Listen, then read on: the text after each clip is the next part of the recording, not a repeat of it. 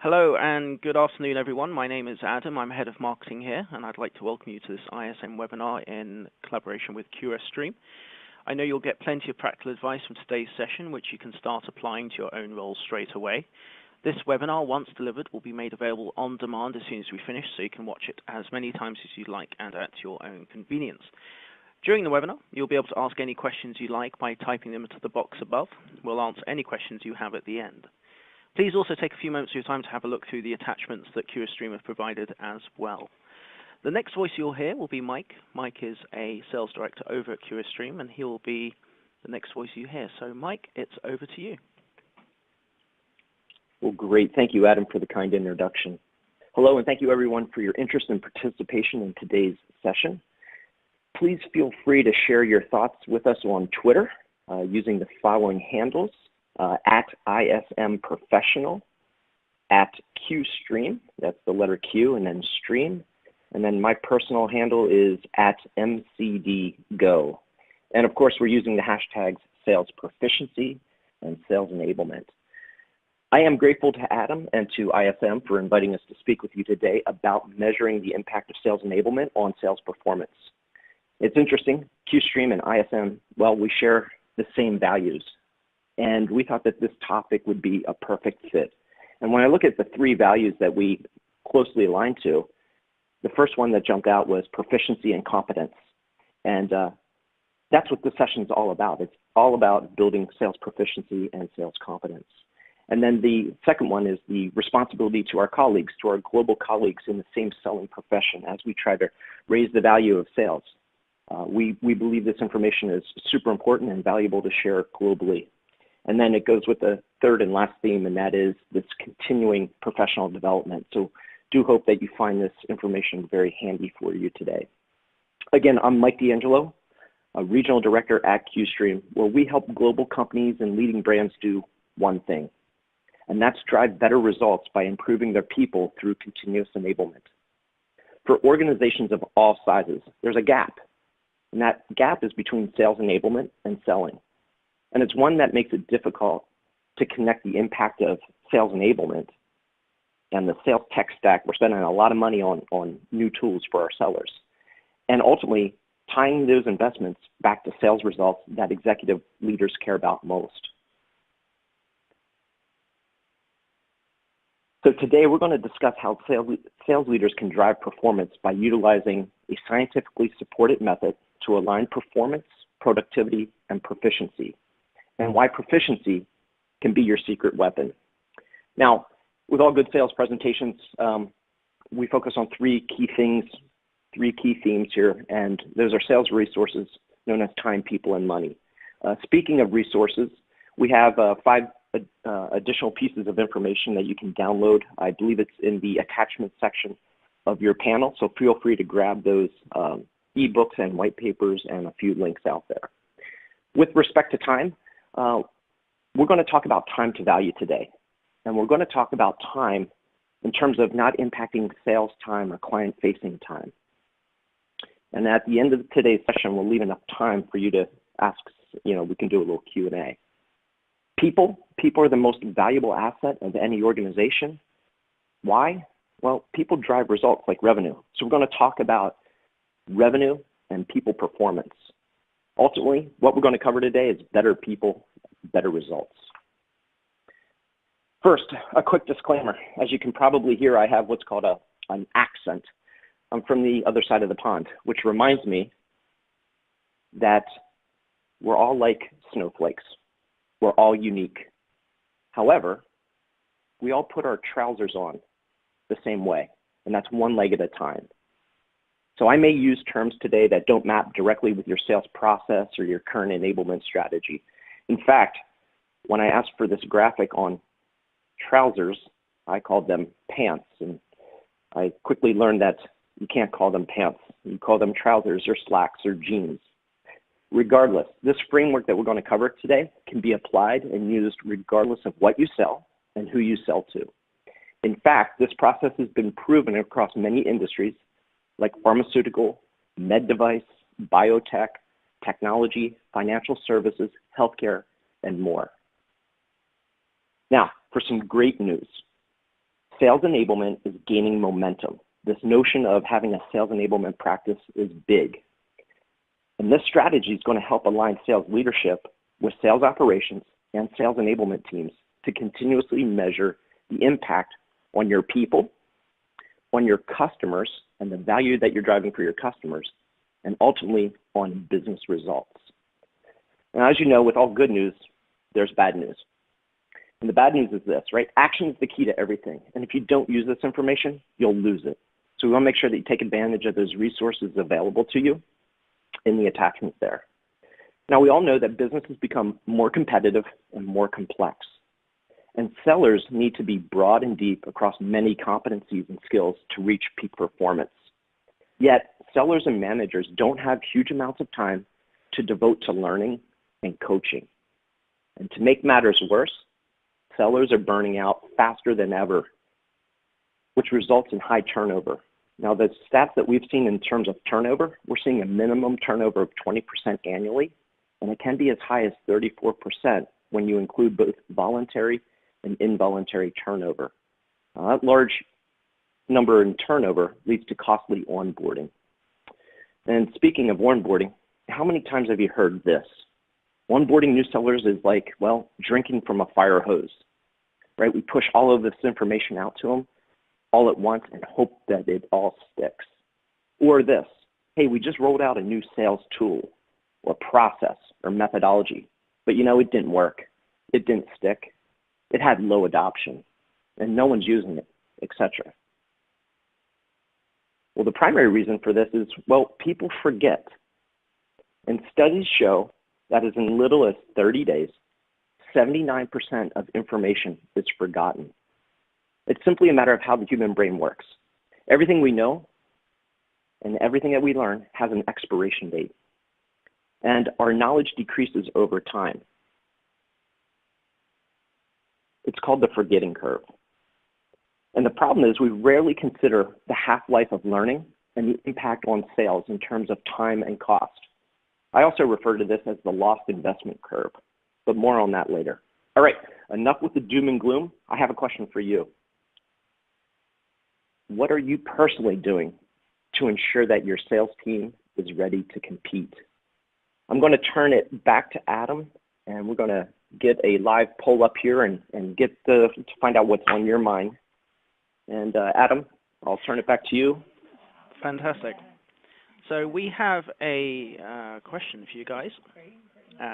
When it comes to managing sales talent, what is the single most important area you are focused on right now? Or if you're a rep, where would you like your management to focus? There's a couple of options. Please take your time in reply, and I'll launch those votes now.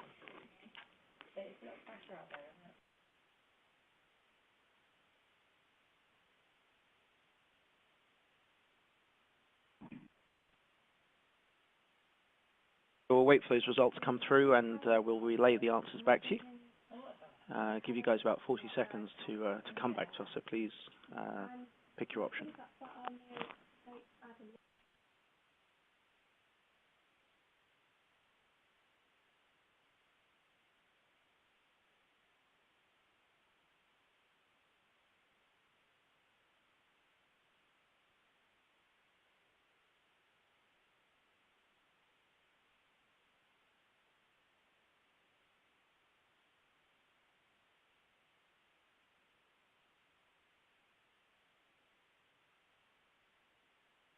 Couple of seconds remaining.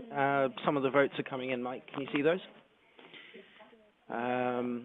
We've got 20% said attracting new talent, 40% said engaging existing talent. Actually, it just changed just now. Let's start that one again. 12% said attracting new talent, 37% said engaging existing talent, 25% said retaining top talent, and 25% said achieving revenue performance. Back to you. I appreciate that. That's a great distribution. And thank you, everyone, for your responses. You know, engaging existing talent is one of those most critical things, right? We've already made an investment of bringing people on board. We've already onboarded them, and we want to make sure that they're successful. And, you know, so when you look at whether you're looking to attract new talent, this will be a way that you'll be able to differentiate yourself to say, we have a proven methodology. For those looking to engage their existing talent, this is a new and fresh way to say, we care about you and we're looking to help enable you and make you better. This process will help you retain top talent because you're making an investment in them. And at the end of the day, all of these lead to the same outcome, improving people to drive revenue. So we'll talk about how to achieve revenue through this. So this missing link, right? Sales is all about numbers, and we measure everything. We measure calls, we measure emails, first meetings, second meetings, demos, number of opportunities, proposals, win rates, etc., right? We measure everything, but there's one thing missing, and that is measuring knowledge and skill proficiency. Simply put, proficiency is how well a seller can do what you hired them to do, right? There's a saying out there that goes like this: if I don't know it, I'm probably not going to do it.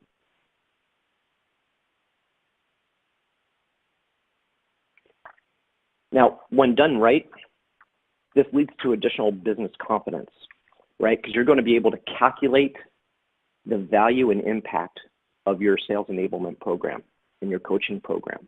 You're going to be able to tie back a return on investment.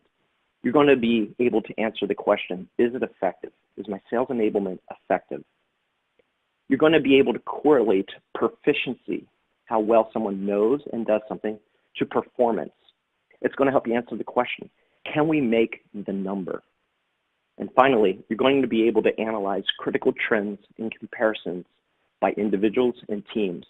And you're going to be able to answer the question, do we have the right people in the right role with the right skills to meet the revenue goal? And that's why proficiency can be your secret weapon. Now, as sales leaders, we expect performance, right? We hire people to perform, and we drill into the details, right? We go from forecast accuracy to quota distribution and attainment. We have sales performance management platforms, sales analytics tools that feed our data marts and our business intelligence warehouse. And we do compensation analysis, and we do territory alignment to ensure that we're getting the best output or yield per rep. And so what do we do to ensure that? We inspect the leading indicators inside CRM. So we inspect pipeline. And when we inspect pipeline, we drill in, we do quarterly business reviews with our teams, right? We get them all together in the field or out of the field and bring them in for quarterly business reviews. We drill into their pipelines during our one-on-ones with them or during our forecast calls. And we do deal reviews and ask questions like, hey, Adam, how much are you going to close this month? Or, Adam, what's it going to take to close that key deal this week? Now, most organizations are demanding more pipeline, right? They're demanding 4X, 6X, or more. And it's all to ensure that their pipeline will cover their quota, right? Pipeline to quota coverage. Well, when done wrong, which is usually how it goes, I've worked for some of those big companies where there's demand on you as a rep, right? More pipeline, it leads to something that's artificial. It's inflated. It's overstated. It's non-existent. It's what I like to call a paper pipeline. You know, that pipeline that looks great on paper, and then that becomes a vanity metric because at the end of the day, that pipeline's not real. So how do we combat that? Well, what we've done is, we started to monitor productivity of our reps, right? More and more companies are monitoring those productivity metrics and providing additional tools to their sales teams. Now, we have power dialers so we can make more calls and more connects. We have email templates. We've got cadence and tracking tools. We've automated the pricing, configuration, and quoting process. Heck, we've even enabled slick interactive presentations and proposals to track buyer intention, all with the hopes of increasing selling time. Yet, individuals and companies continue to fall short and miss their number every year. So what's this missing link? We spend a lot of time, money, and energy developing salespeople. We take them out of the field for training. We implement new tools, new processes. We generate reams of content, data sheets, white paper, ebooks, case studies, customer stories. But how effective is it all really? How much of it even sticks? I guess it gets back to that forgetting curve, right? And does it really lead to better performance? For all those measurement and tracking and inspecting that we do, we're missing the single most important leading indicator to revenue and success, and that's proficiency. We make these investments in people, process, and technology because we all agree that a highly skilled, knowledgeable, and adaptable workforce is our greatest asset. You know, look, sales is complex, and enablement can be complex. But if we distill sales enablement down into 10 core areas and measure proficiency around each of those areas, we'll gain greater insight into what's working. And we can solve the pipeline problems that we talked about earlier. And we can solve our pipeline problems earlier. So when we look at it, right, our sellers need to be broad and deep across many different categories. I have to be able to go in and identify customer pain or customer gain. And I have to be able to map back my products, my services, my solutions to exactly meet their needs. And we have to come up with a business arrangement that works for both the buyer and the seller. And ultimately, we need to drive tremendous value so that we can reference sell from here on out. Now, this framework can provide a better focused enablement, coaching, and deal support program. Those who know their customers, their markets, the industries, their competitors, the products and their services are ultimately in the strongest position to drive better results. So what does measuring proficiency look like? It looks like this. No more blind spots. Imagine having a proficiency heat map so that you can pinpoint issues early and take proactive corrective action. This actually becomes an early warning system for sales. Now let me explain this heat map. This proficiency heat map becomes a baseline of proficiency. And as you can see on the y-axis, we have some of those general selling skills like competitive responsiveness, negotiation skills, product knowledge, discovery skills. And then the greens are good, reds are bad.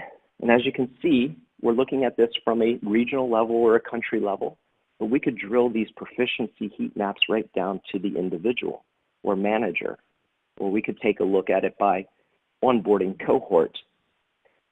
The possibilities are endless with this type of insight. The way that I would read this, France looks great. They're proficient across all the core selling skills, but I have a problem in Mexico. So if I was focused on global enablement, I'd spend a little bit more time looking at my colleagues in Mexico. Look at that hot spot in the US, it's around product knowledge and only 60% proficiency there. So it gives me a way to go and inspect how our sales enablement programs are working and focus on the areas that need help early in the sales cycle, early in the year. So I don't need to wait till the quarter end or year end to have an impact.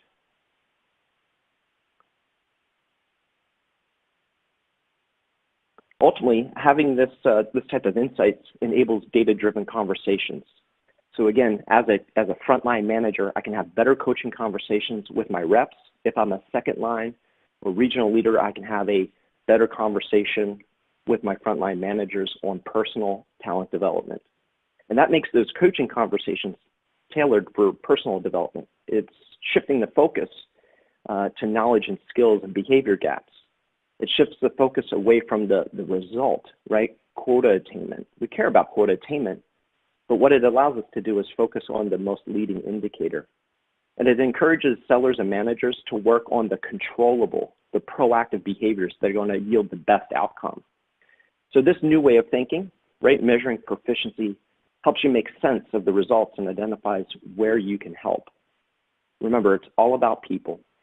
It's about consistent coaching and understanding of what they need to improve.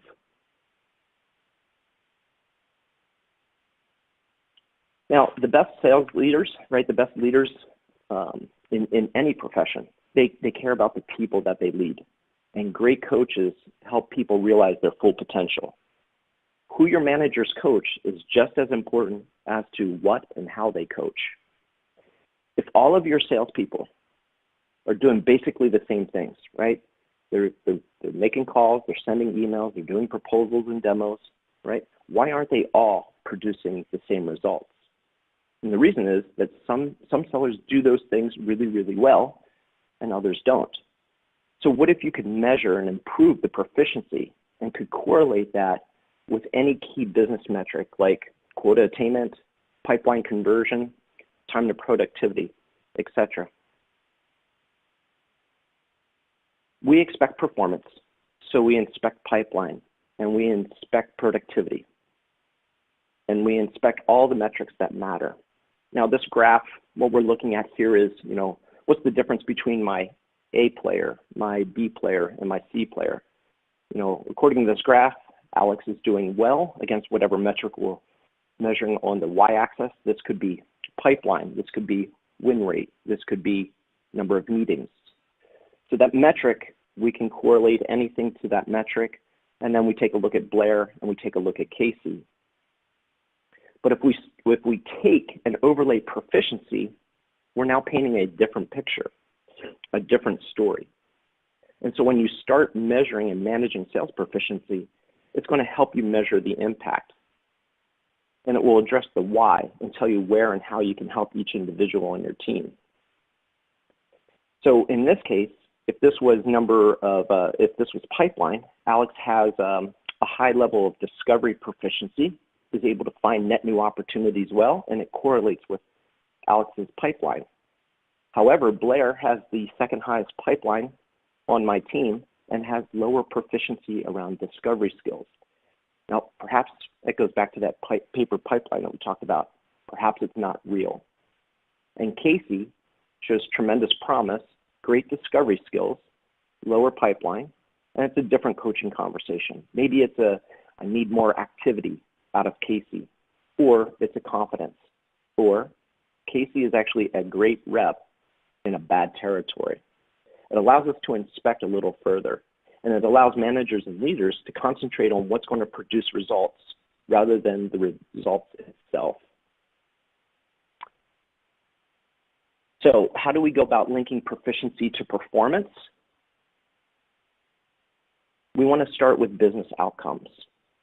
Innovative sales leaders are aligning performance, productivity, and proficiency to business outcomes. So let's step through this. We've all heard it. I hear it almost daily when I talk to my clients. There's a large company goal. In this case, it's to increase blank, let's call blank revenue, right? So they need to increase revenue by X. Oftentimes I'll hear, I need double-digit growth. So let's just say for this example, we need to increase revenue by 20% this year. That's the business outcome. Well, that's great. But what do you do? So what we're going to do is we're going to tie the business outcome of that 20% increase in revenue, and we're going to go to market three ways. What we're going to look at is we're going to gain that increase in revenue by competitive takeout. So we're going to go after competition and take out competition. To increase our revenue, we're going to decrease our discounting. We want better seller discipline and not discounting deals. And the other way that we're going to grow our revenue, double digits, is through a new product launch. We've got a new product that we're going to market. Those are the business outcomes that are going to drive that double-digit growth. So what are going to be the lagging indicators, right? What are going to be our lagging performance indicators to this business result? As it relates to competitive takeout, I'm going to measure competitive win rate. How much did we win against the competition? So if we were going to go for a competitive takeout against 3 key targets, what was our competitive win rate against those 3 targets? Did it work? When it comes to making sure that we're maintaining our margins and average selling price, right? I'm going to inspect that to support this decreased discounts to drive more revenue. As it relates to launching the new product, I'm going to measure the number of units sold. I'm going to look at those number of units sold and compare that to net new customers or new logos, and how much did we sell to existing customers. Now, those are all lagging indicators, right? Those are things that we look at the end of the quarter, mid-year, at the end of the year to tell us if we were successful or not. And so what we do is we look to leading indicators, and that is pipeline and proficiency.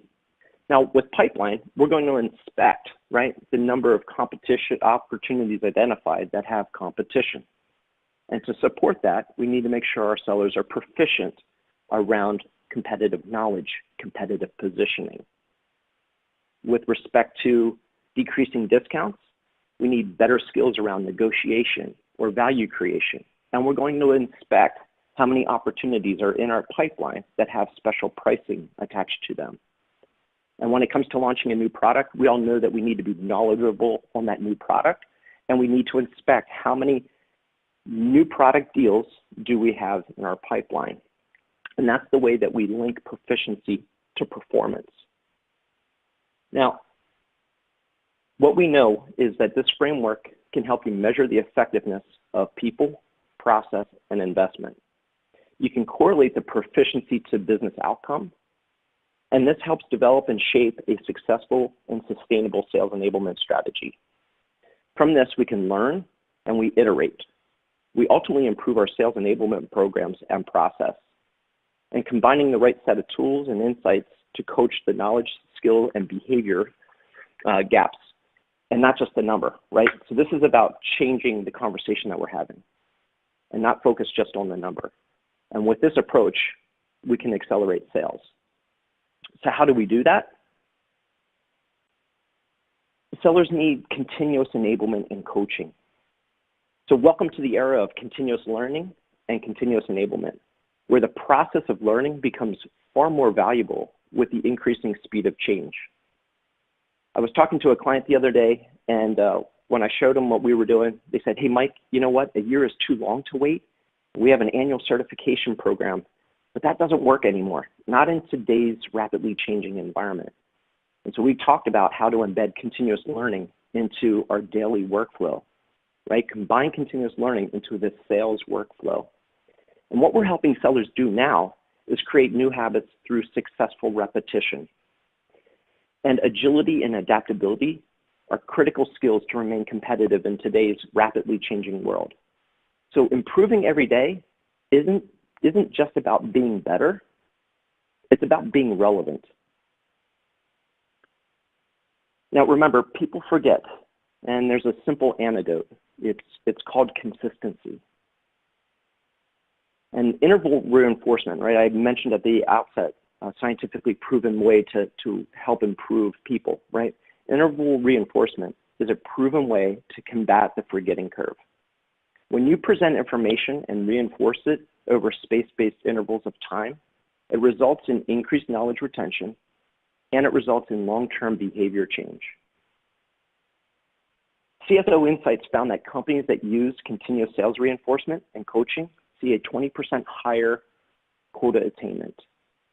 Now, so what does interval reinforcement look like? It's really quite simple. Successful repetition leads to competence. Competence leads to confidence. And confidence leads to success. So we need to stop the spray and pray or random, ad hoc, one-time drive-by enablement, right? It's just wasted time and lost investment. And what we know and what we've proven is a little every day is better than a lot randomly. And not just the first time, but each and every time. It's about consistently taking action. Now, the reason for change, sellers can't absorb all we give them, right? We all agree business is more complex. And it means that the traditional learning methods have a significant amount of waste and ultimately lack the return on investment. So now imagine a sustainable enablement program where your sellers can continuously learn, a process to reinforce the onboarding experience, or a process to reinforce the new product launch, or new process or methodology, one that works, one that will stick, one that will make a difference, or just the simple ability to brush up on sales skills or competitors. So here's how to build a more confident and successful enterprise selling team, right? You first want to enable bite-sized micro-learning and reinforce it. You want to make it just in time. You want to make it just for me. You want to personalize that for each one of your sellers, given their role. You want to integrate it into the daily sales motion and workflow, and ultimately deliver it on a mobile device or within CRM. Make it easy. Now, when you do that, that's intelligent, personalized, and action-oriented enablement. So why now? Why would we want to do this right now? As I started, it's all about compressing time to proficiency. And when you can do that, you can compress the time to value or the time to results. time to create a continuous enablement culture where enablement becomes sustainable and evolves over time. And this framework supports organizational readiness. It's based on a growth mindset where people's abilities can be coached and developed, and it fosters individual adaptability in a rapidly changing world. And most importantly, it drives results. It's all about improving the rep, improving our coaching, improving our sales enablement, and performance. So what's next?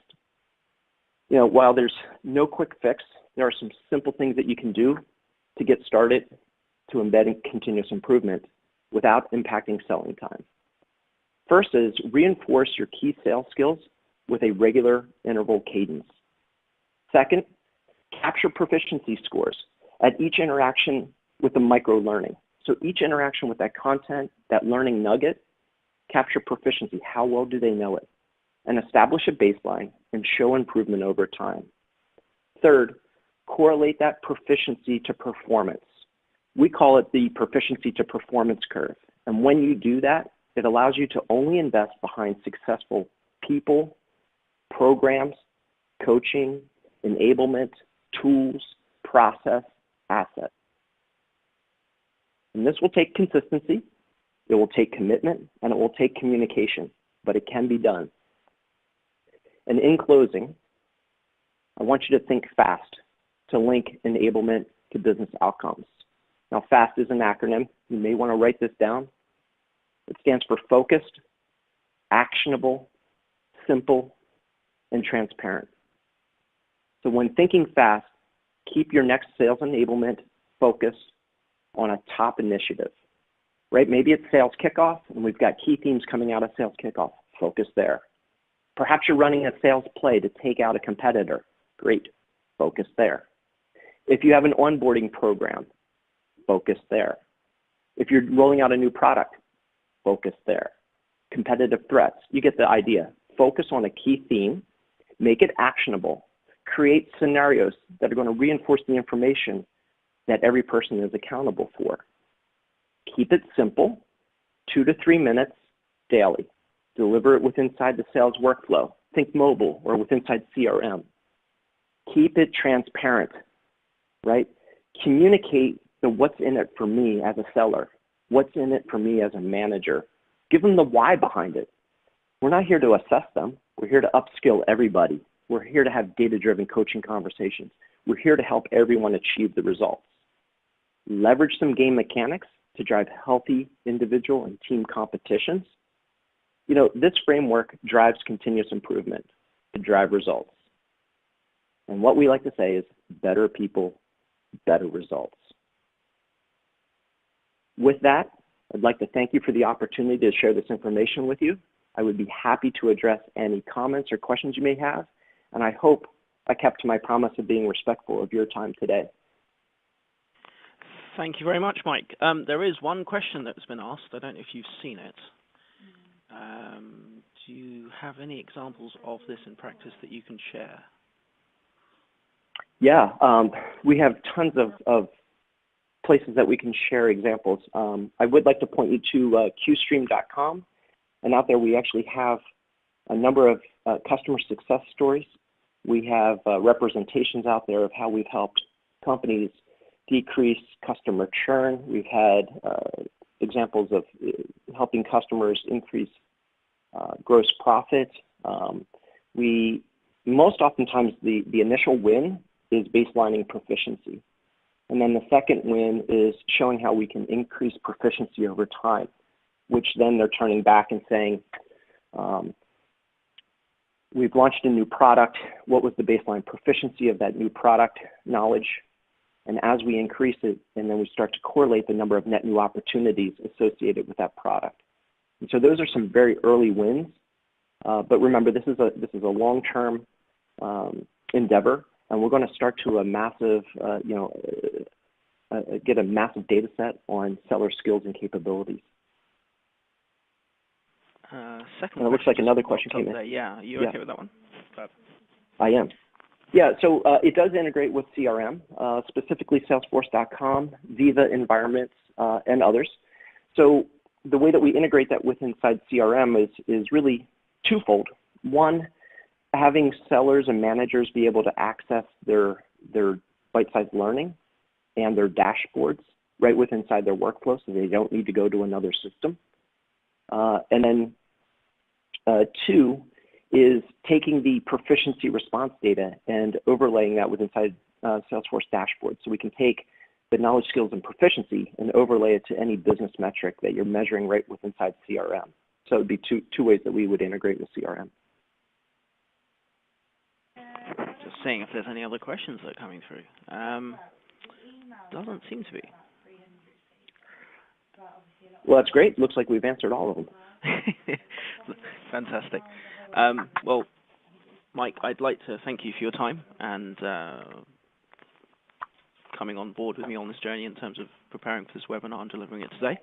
I'm hoping you'll be back, even though you were only scheduled for one. I enjoyed listening to you. Special thanks to Meredith over at QStream. She's the head of marketing for getting us together and quite literally managing this process for us. So thank you very much to her. And another question has just come in. Over to you, Mike. All right. Gaming through leaderboards sounds good. I see different cultures around the world being more or less keen on these. Which geos work best for this? You're right. There are going to be some cultural differences where the game mechanics, individual leaderboards might not be appropriate. In some cases, they'll default to a team or regional leaderboard. Again, the idea behind the leaderboard is for healthy competition, and we know sellers are competitive by nature. So we find that the leaderboards are done in the right spirit. It's there to create that individual sense of competition and team competition. We do find that it drives engagement. And within our platform, this is not a pitch for our platform, you can choose to toggle those leaderboards on or off. In some cases where we work in heavily regulated industries or protected industries, you can use aliases so that individual names are not revealed. And again, teams are also a great way of getting that same concept across. Great questions. I'm just going to see if any other questions come through. As I said, there are, please feel free to reach out to Mike directly if you have any other questions. Quite tempted to see if there are any other questions that come through before I end the webinar. But I'll tell you what, Adam, if any come through, feel free to email them to me and we will get back to fantastic. Get back to everyone. Well, it's a goodbye from me, and thank you very much for everyone for attending today. Mike? Thank you, Adam. Another one. Another 2 questions have come in. All right, well, let's do it. Here we go. Just keep going. Just keep going. Here we go. Over to you. All right. Who's supposed to be gathering? All right. So the question is, who is supposed to bring/gather all of these data on the table and evaluate them? Yeah. So the question is, where do those heat maps come from? Within our system, the system generates those heat maps because it's sifting through all of the response data, and the response data is how your sellers, your participants, are answering those scenario-based questions. So the way the system works is we pose a bite-sized nugget of learning, and we capture information, whether they are correct or not. And then we have the ability to repeat that information, so it will reinforce the topic and the knowledge. And what our platform does is it sifts through that and starts capturing all of those data points. And they're put into a heat map, and then that heat map is provided to frontline sales managers all the way up to senior leadership. And those sales managers can quickly look because the system calls out who to coach, what to coach, and when to coach it. And it's all based off of those key sales skills and topics. The next question was, do you recommend it's linked to incentives? We have tested incentives. Incentives work, but they don't have to be much. In fact, I'm a recovering triathlete, and I was never a top performer as a triathlete, but I would be what's called an age grouper. And I had the ability, I wasn't going to win the race. I wasn't going to be in the top 3 overall, but I had the ability to win my category inside my age group, and there was motivation there. So what we find is you can certainly promote a healthy competition, and have an overall leaderboard, right? Top 5. But then you can break them down into most improved. You can break them down into top performing teams, top members of teams, etc. And then incentives. Incentives can be, gift cards, but they could also be, points into your company store. And if you don't have a company store, it could be, a lunch with the CEO or another key leader. So there are things that you can do to drive incentives to compete. But again, the whole idea is that we're here to continuously learn, continuously improve, right? And that's part of that continuing professional development. Mike, every time I get tempted to end the webinar, another question comes in. Great questions, though. What I'll do is we'll close off this webinar unless any other questions come through. Again, thank you very much, Mike, for taking the time to do this, as well as Meredith over at CuraStream. It's a goodbye from me. Over to you, Mike. Great. Adam, thank you so much. Thank you, everyone. Wishing you a wonderful day and a productive week. Fantastic. Thank you very much, everybody. Take care.